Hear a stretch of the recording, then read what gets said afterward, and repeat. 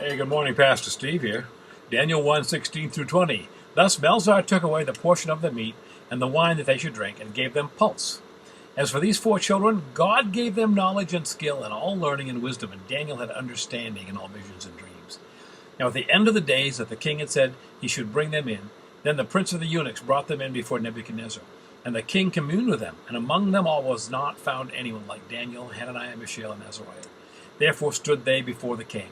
And in all matters of wisdom and understanding that the king inquired of them, he found them 10 times better than all the magicians and astrologers that were in his realm. Following God's best gives God's blessings.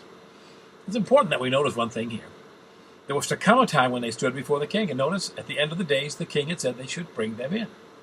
This is when the real test came. This is when the final verdict was to be handed down as to their obedience to God. You know, they were in the presence of one who could say, I said, feed them the best foods, and they declined off with their heads. But they chose God's way over their own anyway. They had undergone their trial time and were before the king at last. You may be undergoing a trial as well. Oh, not one of what to eat, but one of how to trust and follow God even when the outcome looks bleak. Over the time, I've shared many times with my dad's words to me as he was drawing near the end of his life from cancer that took him. Stephen, he said, it's awful easy to pray thy will be done if it looks like a good outcome. In our trial, it may be unfair or difficult. Remember this, the trial will carry you one day to stand before the real king.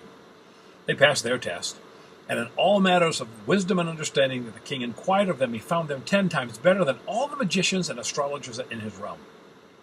When you or I stand before him, it would be great joy to hear the king say to us, well done, good and faithful servant. You see, in the midst of our suffering, injustice, and pain, in the persecution of many, and that may arise in our days, by the way, we need to remember if we suffer with him, we'll reign with him. One day we will stand before the king, and he will look us over and see if we have followed him and purposed in our hearts not to defile ourselves. What will he say to us, I wonder? You ponder that, Pastor Steve.